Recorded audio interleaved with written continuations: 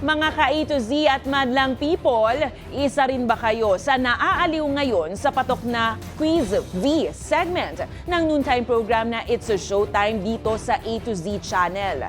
May positibong tugon sa palabas na yan ng isang eksperto. Alamin sa balitang A to Z ni Ian Maghanoy. Handa na, Yun ang maganda, ang handa. Ano po itong pambansang institusyon ng Pilipinas na nakatutok para magbigay alam sa mga kilos at kalagayan ng mga bulkan at mga tsunami? Ay, sasagot kayo na ano po? T-Box. Patok na patok ngayon ang It's Showtime sa pangunguna ng host at 2024 top celebrity taxpayer na si Vice Ganda. Dahil yan sa mga nakakakaba pero nakakaaliw na Quiz V segment ni Meme Vice na susubok sa galing ng madlang people tungkol sa current affairs at ilang general knowledge. Ang It's Showtime nga rin ang dahilan kung bakit naimbita ng Commission on Elections sa Intramuros ang 20 anyos na contestant na si Sexy Babe Heart Aquino. Ano ang mensahe mo sa COMELEC? Sorry po, hindi po ako masyadong knowledgeable about sa Comelec. Ilan taon ka na ba? 20 po.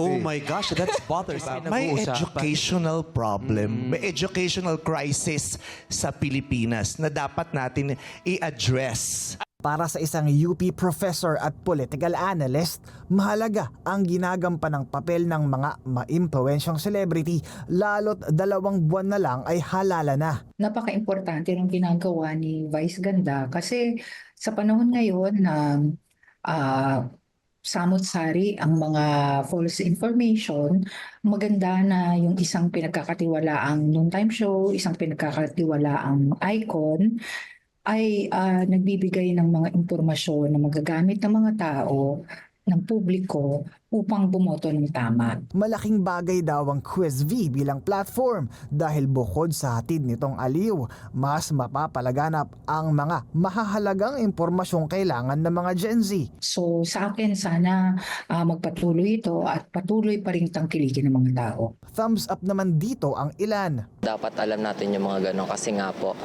ganun nga po yung mga kabataan ngayon is more in, alam na lang po nila is pag-cellphone. Samantala, siniguro naman ng COMELEC na mananatili silang bukas para sa mga nais magsagawa ng educational tour sa loob ng Palasyo del Gobernador, partikular na ang Election Resource Center. Yun po ay bukas 8 a.m. hanggang 5 p.m. Kung gusto niyo pong masubukan yung automated counting machine demonstration, araw-araw po meron kami doon. Meron po kami mga posters doon. Meron pong taong Education and Information Department nakahandang tumagon sa inyo. Libre po. Libre, wala pong bayad ito. Mga ka-A to Z, hindi lahat ng mga Pilipino ay may kakayahang magkaroon ng sapat na access sa impormasyon, partikular na ang mga Pilipinong nasa laylayan.